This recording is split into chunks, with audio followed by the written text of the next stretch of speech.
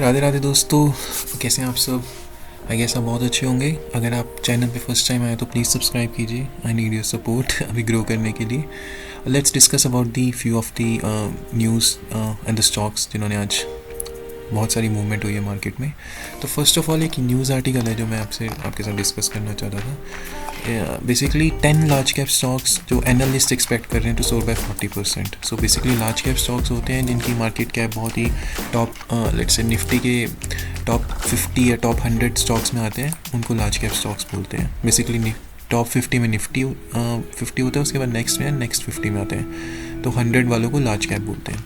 अब यहाँ पे डिस्कस करते हैं। देखिए, एक्सिस बैंक पहले बताने हैं। फर्स्ट इस एक्सिस बैंक, और 40 ब्रोकर्स ने बोला कि एक्सिस बैंक है जिसमें एवरेज रेटिंग है 4/5। टारगेट प्राइस ये सब कुछ मैं I don't recommend, but axis bank अगर आप देखना चाहते हैं, आप फंडामेंटल एनालाइज करिए और टेक्निकल एनालिसिस कीजिए और आप अपना डिसीजन ले सकते हैं। Second would be Indus India bank, again ये बैंकिंग सेक्टर में से है। So stocks like Kotak bank, Indus bank, Axis bank, ये सब लार्ज कैप में आते हैं और इनको भी 33 ब्रोकर्स ने बोला हुआ है विद रेटिंग ऑफ 4.69। और करंट अगर हम बात करें टाटा मोटर्स, ये भी काफ़ी गिर चुका है, अप्रॉक्सीमेटली 36 to 35% गिर चुका है। तो इसको भी 33 ब्रोकर्स ने बोला है कि हाँ 4.14 रेटिंग के साथ this is also good stock to invest. फिर आता है SBI, 28 ब्रोकर्स ने बोला हुआ है। SBI तो बेसिकली नंबर 1 बैंक है, PSU बैंक है इंडिया का। Then is Ambuja cement industry में it's a very good stock from the fundamental. Technical आपको एनालिसिस करने की ज़रूरत है, but from the brand perspective it's a good stock. Hero MotoCorp two wheeler industries में से, HDFC लाइफ इंश्योरेंस इंडस्ट्री में से, और हिंडेल्को इंडस्ट्रीज सिमिलरली, इनको भी 26 ब्रोकर्स ने बोला हुआ है। और last but not the least ICICI prudential. तो बेसिकली ये मैंने इसलिए कवर किया था कि आपको एक जस्ट कुछ स्टॉक स्कैन हो जाएंगे कौन कौन से लार्ज कैप स्टॉक्स हैं जो काफ़ी गिरे पड़े हैं, और अगर आप फ्यूचर में कभी सोचते हो कि एनालाइज करने के लिए, it's a good stock. Second article है 4 stocks hit 52 week highs, rallied up to 40 to 45% 1 month, fresh peaks. तो डेफिनेटली ये भी अपना 52 वीक हाई पे चल रहा है। Second is blue jet health care, इन्होंने 844 का अपना हाई बनाया है हेल्थ केयर इंडस्ट्रीज में से। थर्ड इज़ बनारस होटल, 11,800 का हाई बनाया है। और fourth is Aarti pharma labs, तो ये भी हेल्थ केयर इंडस्ट्री में से 739।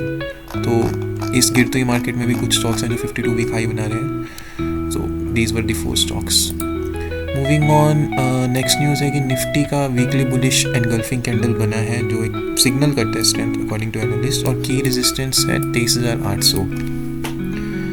तो हमने ये पहले भी डिस्कस किया था मेरी दूसरी वीडियो में, अगर आप डेली मार्केट एनालिसिस देखते हैं, कि जो ऑप्शन चेन एनालिसिस के हिसाब से जो की सपोर्ट बन रहा है वो 23,500 से 400 बन रहा है, और की रेजिस्टेंस बन रहा है 23,850, इन्होंने 800 बोला है, या 24,000। तो जिसको पता है बुलिश एनगल्फिंग कैंडल क्या होता है कमेंट करके बताइए। अगर आप चाहते हैं कि मैं टेक्निकल एनालिसिस भी आपको बताऊं कि कैंडल स्टिक क्या होता है, ग्राफ्स क्या होते हैं, पैटर्न्स कैसे बनते हैं, तो definitely will start that series also.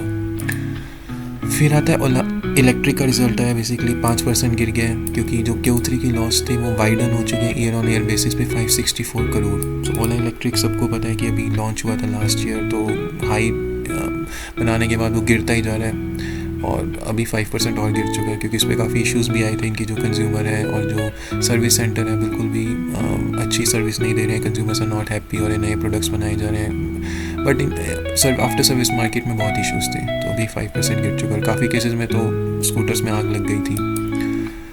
Okay, moving on to the next news.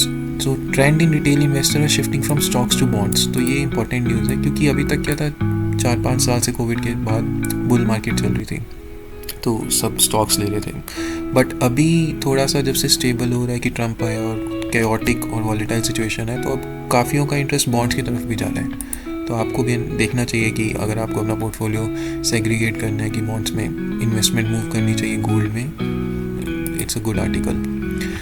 Then moving on, जो स्मॉल FMCG प्लेयर्स हैं दे आर गोइंग, मतलब बेसिकली वो अच्छा कर रहे हैं as compare to giants, because urban slow down है, demand कम है। हालांकि आज RBI ने रेट कट किया है, but still as compare to small FMCG players they are doing good. This article talks about that.